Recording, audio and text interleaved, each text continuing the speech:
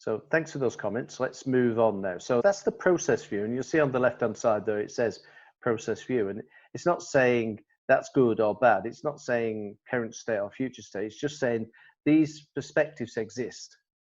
So what we want to do with that perspective now is to actually move into the beyond the process view and talk a little bit about the customer experience view.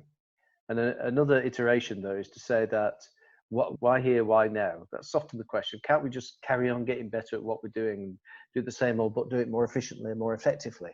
And there is an argument that says, yeah, you could. However, that's not going to put you in a place which lets you understand the world better as it is now. And as we discussed previously, a lot of companies have fallen by the wayside, not because they were doing dumb stuff. They were doing stuff which wasn't relevant to what we need to be doing in the third decade of the 21st century. Now, Sally might think, oh, in defense, we're immune to that. We're not. We're all under these cost constraints now, and goodness knows what's going to happen as a consequence of this crisis in terms of global GDP and so on. Like, it's going to take years to actually recover from this. And how will that change how we measure success? Because the measuring of success isn't just about delivering things. It's about achieving an outcome which is